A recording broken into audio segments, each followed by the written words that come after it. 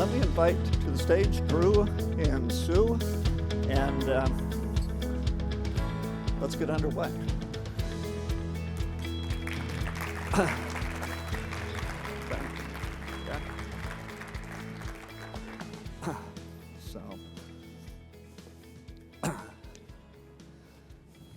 All right. I'll resist saying a rose between two thorns. I'll take it as a thank you. So welcome Sue Birch, Director of the Washington State Healthcare Authority, Drew Oliveira, Executive Director of the Washington Health Alliance. So happy to have you here. Let's just get underway. Sue, let's start with you. Maybe a brief introduction about what you're doing, what the agency is doing that you're responsible for, and yourself. Thank you, Vern. It's so good to see you again. We go back decades. We do. And Drew, our new partner here in the state at the Alliance, I look forward to this talk this morning. So I think many of you know I represent the Healthcare Authority here in Washington. We service over 3 million of Washingtonians, nearly 7.8 million folks. And we are the largest purchaser of health insurance. But we don't just purchase healthcare. We focus on policy modernizations and innovations. We focus on how we use those dollars to shape and change the system. In particular, and as we talk this morning, we really have a huge belief, as you all know from partnering with us in our value-based purchasing and payment movement, that we simply can get more from the service delivery for the prices that we're paying. We simply have to get better quality. So cost containment is a huge focus for us now with our new Healthcare Cost Transparency Board. We also know that COVID laid bare the inequities with our communities of color and our rural and urban divide, and that's just unacceptable. We should all be morally outraged. We also know that's put huge pressures on workforce. So we've got a lot of friends, you being a nurse and Drew, you being a doc, we're morally outraged about what has been slowly accumulating with the waste and the dysfunction. The state sister agencies, Department of Health, I know Dr. Shah is here somewhere, but Russ Hunter, Secretary Hunter of the Department of Children, Youth, and Families, and my colleagues at Hilma Menzies at the Department of Social and Health Services, we've banded together with our Health Benefit Exchange executive to really reshape how government simplifies things, tries to reduce the administrative burden, and really starts focusing more on consumer engagement. We've simply got to make government systems work better for the residents of Washington. So those are some of the things that we're up to, and it's a lot of work. It's a huge agenda, and you're responsible for healthcare for over a third of the population of the state. Dr. Oliveira, your organization has a broad constituency, just about every stakeholder in the state and the healthcare world. Tell us about your organization and what you're working on now. Yeah, so the Alliance started back in 2004. Yeah. So we're almost getting to 20 years. Yeah. Being an independent, multi-stakeholder, purchaser-led, but really we have everybody at the table. And I think that's really important in terms of being able to get some work done. It's one thing to talk about it, it's another thing to be able to actually do something with that. So having 50 provider organizations as an example, having all the health plans as an example, having purchasers at the table who should really care about what they're buying on the market, and how do we actually start moving that needle a little bit more, I think are pretty important. We're going to produce our 15th annual community checkup later this quarter, where we look at quality in the state by medical group, by accountable communities of health, by county. We also added cost to that this year, so we can actually see what the cost of care is, either by the county or by the medical group. That's pretty important. And then we talked about equity, and we talked about the issues that were a little bit more laid bare with the pandemic, but they've been there for a long time. Those disparities of health have, are long known to to those of us who've worked with folks and seen the barriers that are there. We're adding that to our reports as well so that we can start looking a little bit more granular at where are maybe some issues and then how do we then target and focus some of that work to really improve the care for those who maybe are a lot more disadvantaged and bring them up, as well as bringing everybody else up.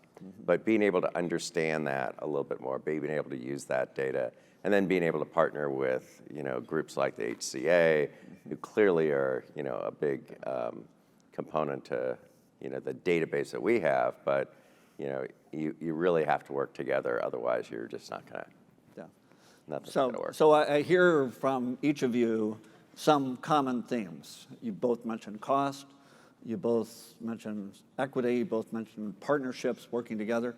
Drew, let me just start with you on cost. For employers, cost is a huge issue.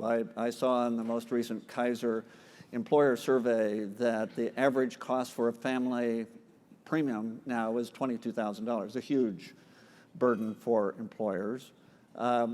What's your focus on cost? What can be done there? Well, there's a couple things with cost, right? So there's the cost from the employer side of things, right? But there's also a cost that we've seen over really the last 15 years or so is a shift to the employees in terms of either paying more of their premium or having higher deductibles. Now, when you look at the population in general, 50% of people can't afford a $500 deductible. So what does that mean? It means that they defer care. They don't get the care that they're supposed to have. That smaller cost is really big for most families.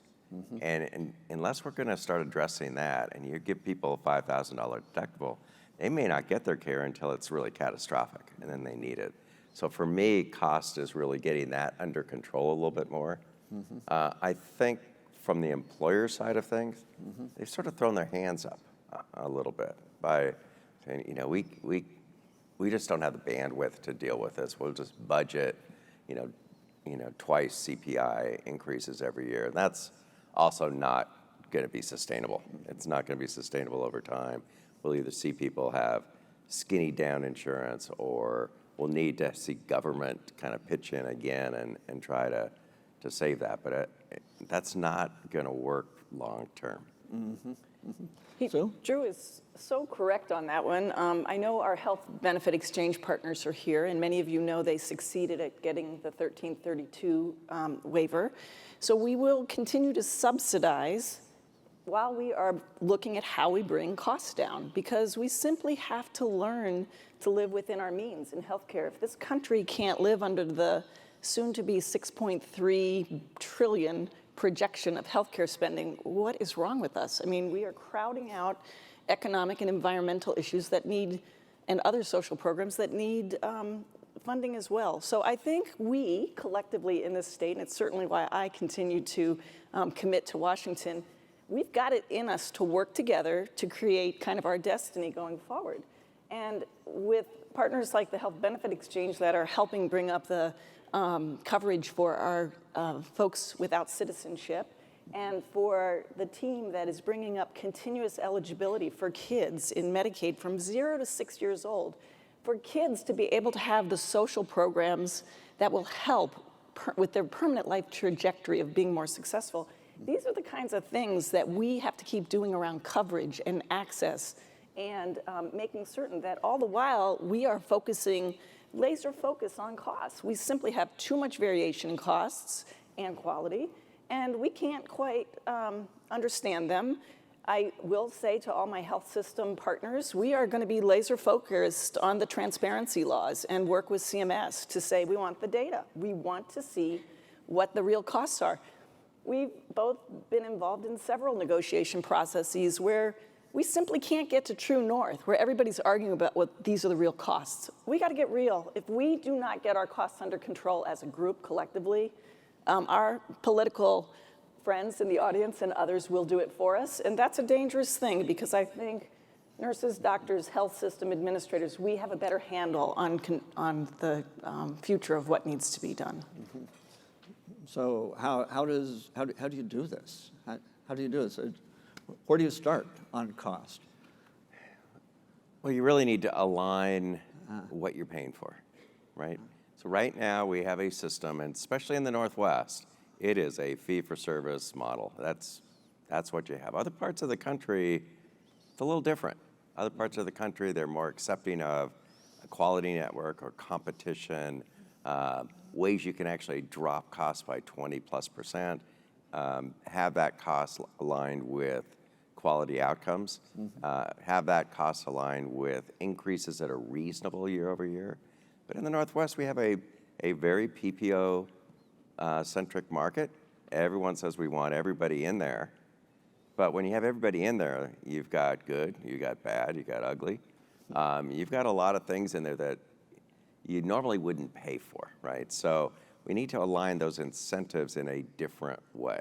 And I think some of the work that the HCA is doing in terms of building out the primary care transformation model is an important step, right? It's let's get all the primary care docs certified, ready to handle population health. Right now, their model is really, I got to produce, I got to be able to, put food on the table. I don't normally think about people who aren't in the office.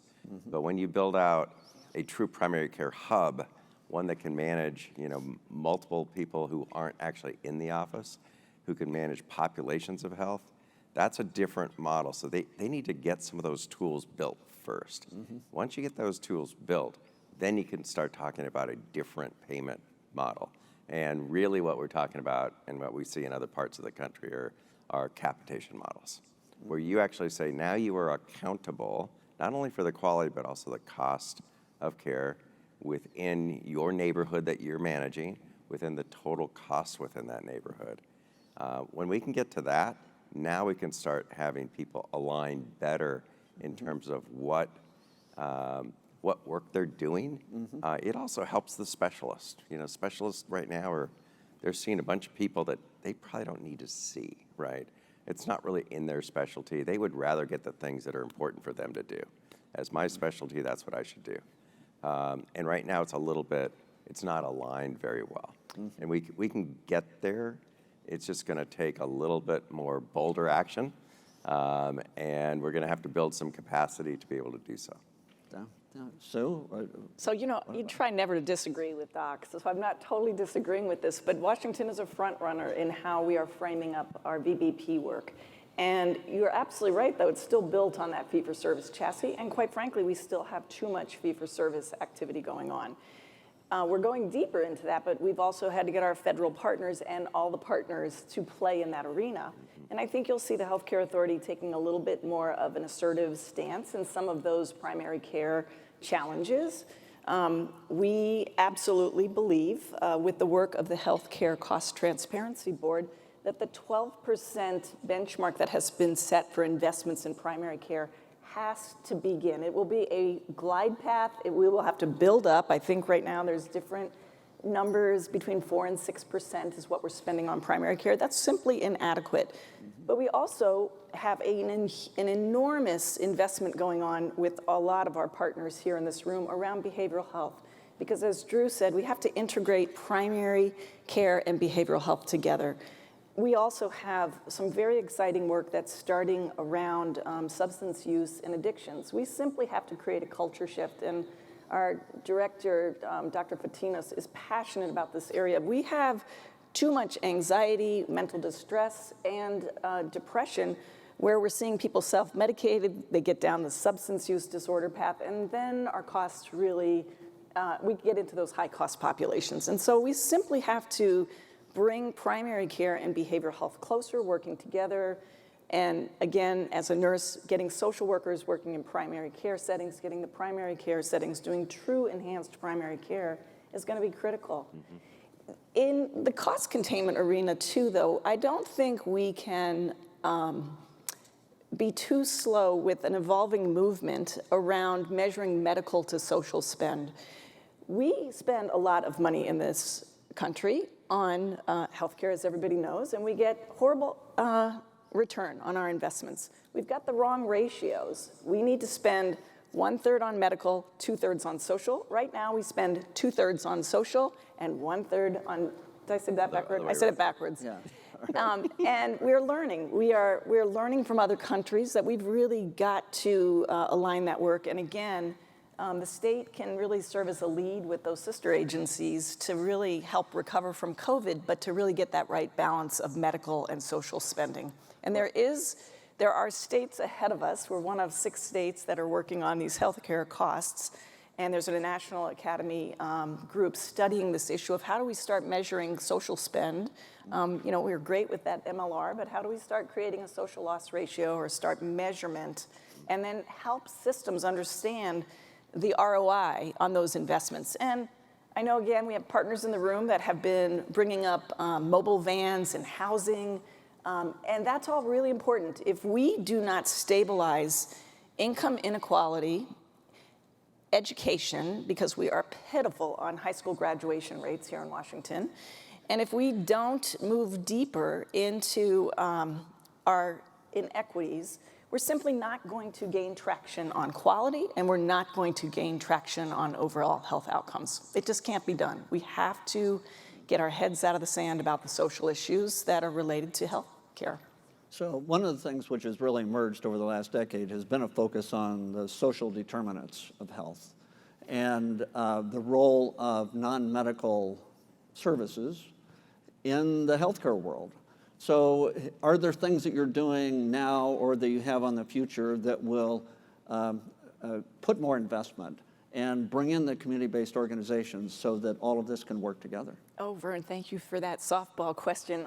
It's a huge shout out to everybody in this room that has been involved in the Medicaid transformation project. If you're not aware of what Washington has invested in the last 5 years, with over $1 billion going to the accountable communities of health, with efforts around helping Washington really strengthening aging at home and aging in place in community.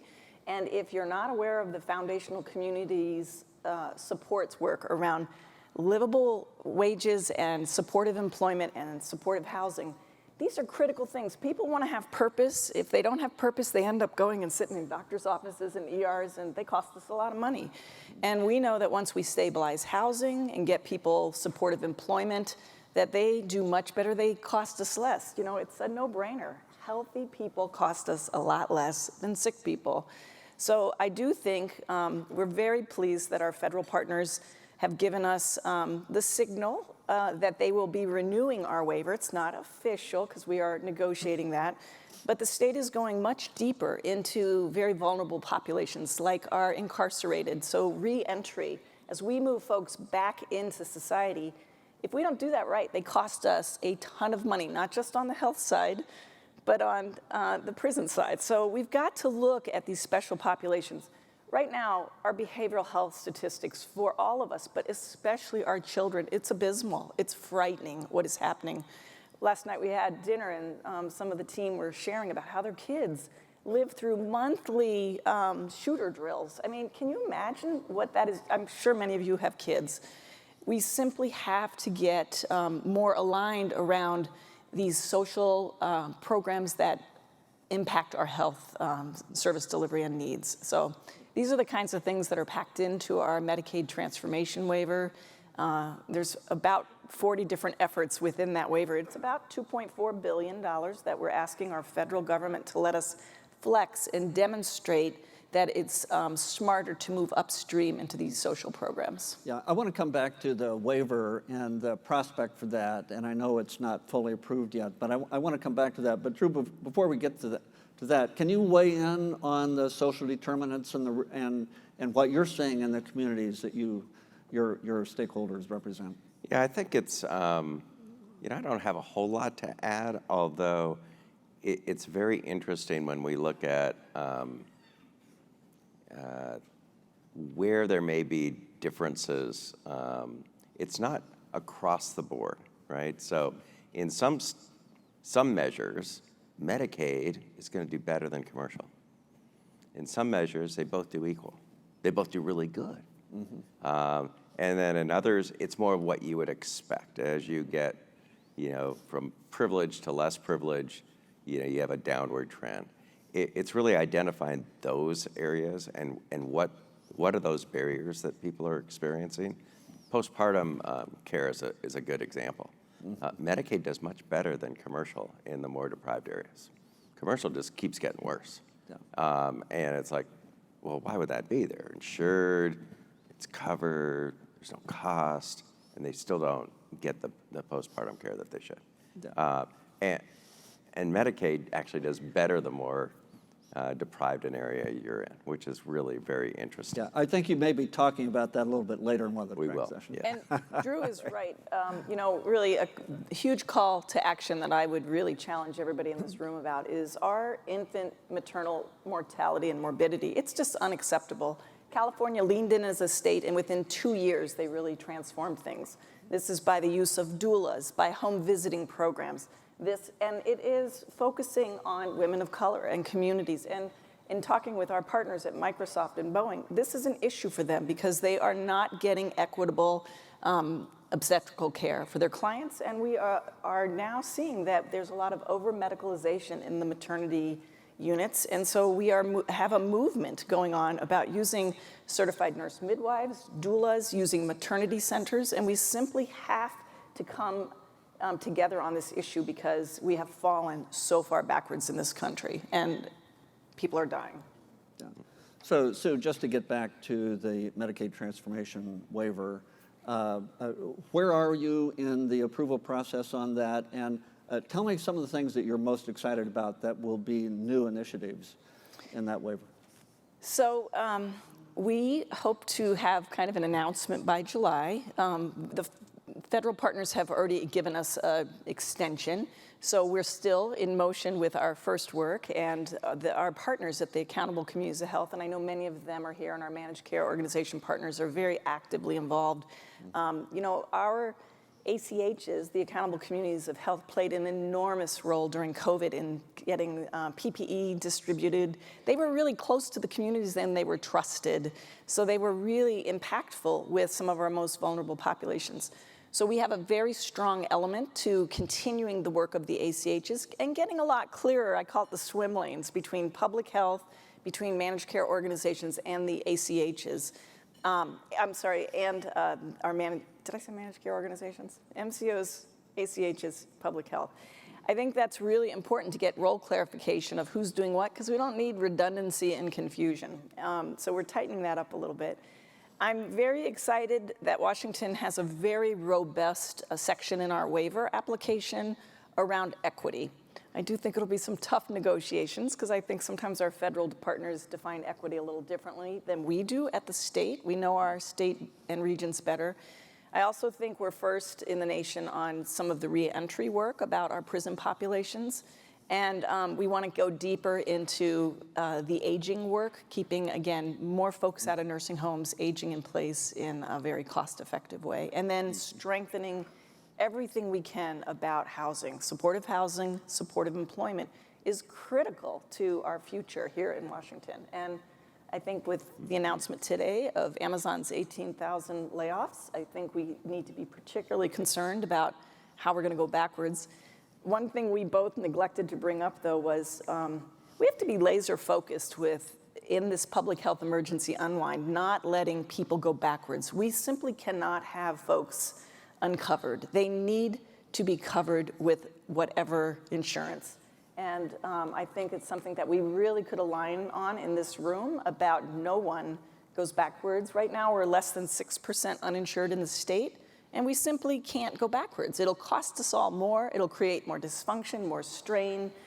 And our beleaguered workforce is already kind of fed up, I think, with a lot of the frustration in business models that are the underpinnings of how healthcare in our country has evolved. And I think we have to simply assure that we sustain workforce and sustain coverage. Yeah. So in the unwinding of the public health emergency, which we don't know when the public health emergency is going to actually end. Maybe you have an insight on that, but we've been waiting for it. We have a betting pool, kind of.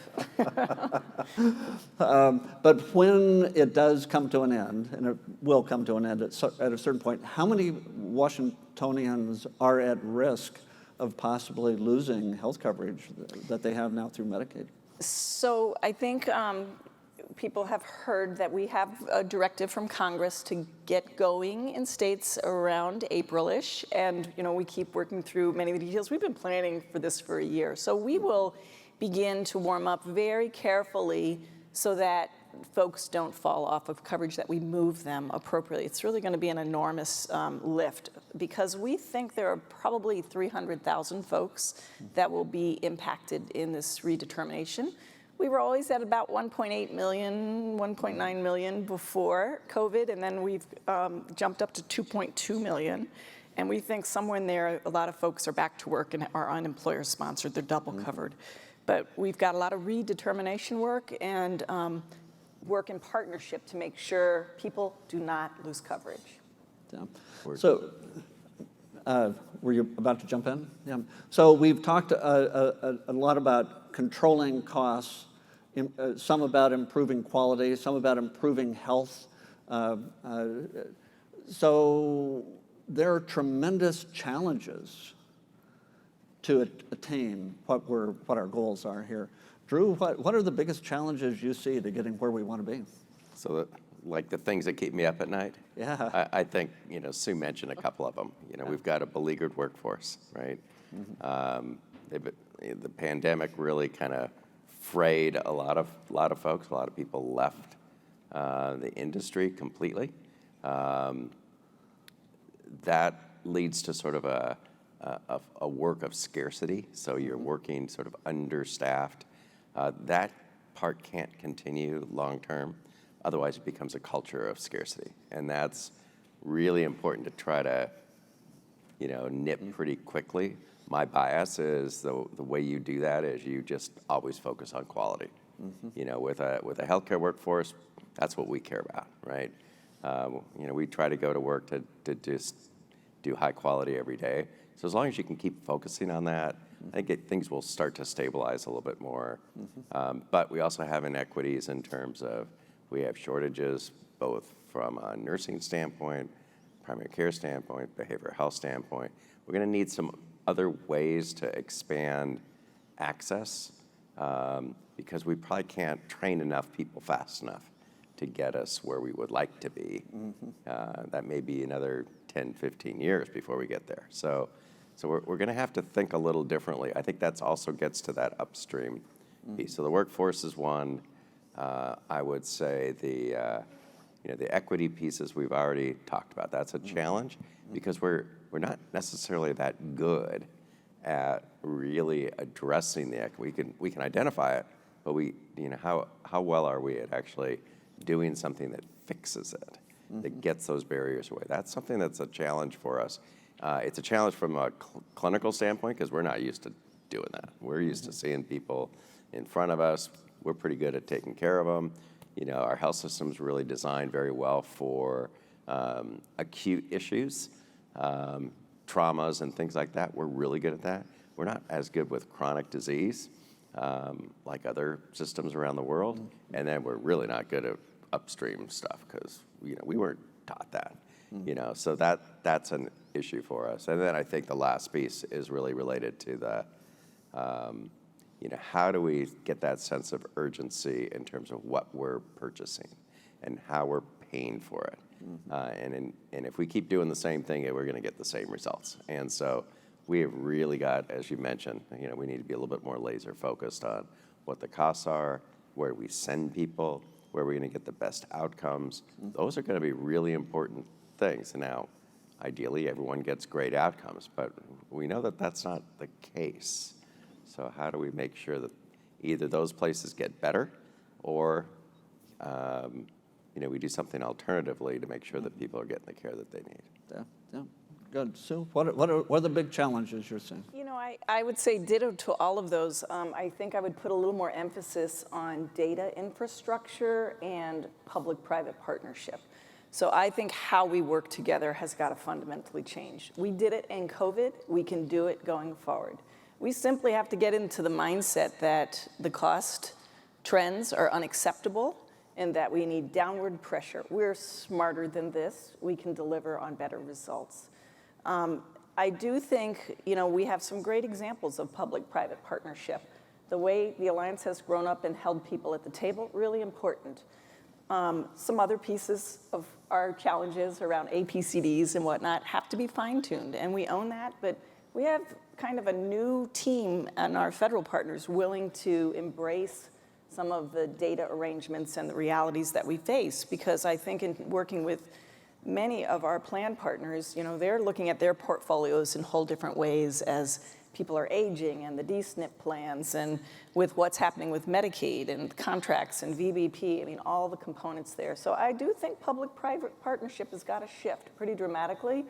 I think we inside government have to really get laser focused on consumer-centeredness and delivering for the residents of Washington, more efficient, streamlined services. It's just simply unacceptable that they have to go into 18 different computer systems to figure out if they're eligible and enroll. We need to streamline things like food programs and energy assistance. And these things make a big difference when somebody's working 2 and 3 jobs and just barely hanging on, or homeless. But I also think we have huge partners in our other jumbo purchasers, Boeing, Microsoft, Costco. These guys are great about being at the table, and they've got to demand more from all of us. And I think we got to get serious about delivering. We got to knock off some of our egregious pricing, and we've got to learn to live within our means. So you're going to see a push out of the Healthcare Authority about being very serious about this. The Healthcare Cost Transparency Board is already really having very significant public meetings about really trying to understand those costs. And I think with the work that the Alliance and the Exchange are doing, we're able to really piece together kind of true north data to show what we should be paying and what's just maybe gotten a little over the top. Yeah. Well, without the data, you don't know where you are. There's a principle as old as time. I think it was Aristotle who said that which is honored is done, but you don't know, you honor things by recognizing where you are. So where are you with the data? That sounds like a big challenge. Well, I'm really, really pleased and so appreciative. During COVID, we had a lot of support from systems. I think Washington is pioneering, being the first state in the nation to own its own instance of electronic health records, so we can be better at complex discharge coordination and so that we can have better real-time data. Because I think we're going to still be in our emerging infectious disease challenges for the foreseeable future. And in order to help our beleaguered workforce, I think we're going to have to help move folks between the acute and non-acute system more effectively, especially behavioral health beds and the kinds of environments that we need for some of our very complex cases that are really driving costs. So I'm pleased that the state is really making huge investments in electronic health records, community information exchanges. This work simply it's a requirement to do work in this new way with more sophisticated case management and teams. So we have some pretty extravagant teams coming together to manage these very costly populations. So that is one thing that I think is really going to help us tighten up our work. And then I think the cost data between your work and our work and that work converging, I think we will get laser focused about what true costs are. Yeah, we only have a minute or 2 left. I just want to finish up with this question. I once worked for a governor sometime back when I had a full head of hair, and who would say, be bold. He said to each of his cabinet members, be bold, be aware of the brief window of time you have to get something done when you're in a position like you have. So I'm just wondering, what is it that you're working on where you see, what is that bold initiative?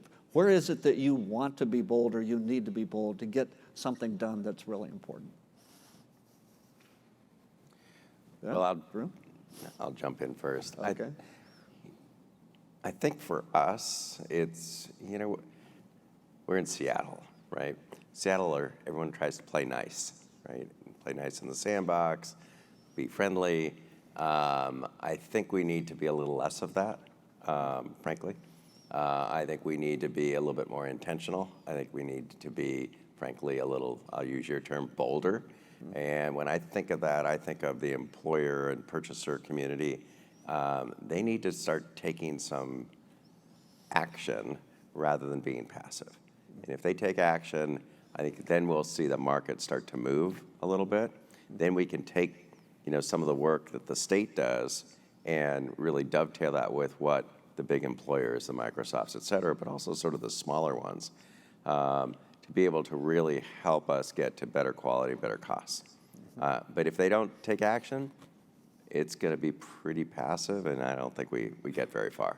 So from a bold standpoint, I would say that that's what we're going to keep pushing people on, what action they should take, and we'll just keep at them with that. All right, Yeah. good. Sue? I would have added on to that public-private partnership because it's so funny being a newcomer still to Washington, even though it's been 5 years. I say we're so Washington nice. And my team knows that I believe in healthy tension. I believe in positive conflict.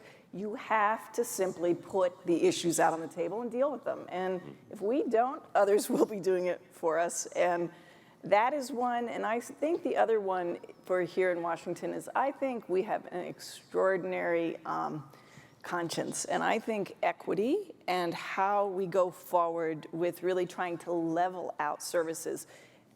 There's not a person in this room that can tell me that they don't have or they haven't felt angst, anxiety, or some blues about what we've all lived through. So behavioral health is so massive and making kind of our social issues more challenging. And I think we need to lean in and be bold about how we move our equity framework forward. That is a really good place for us to finish up today. Join me in thanking Sue and Drew. What a great conversation. Thank you so much.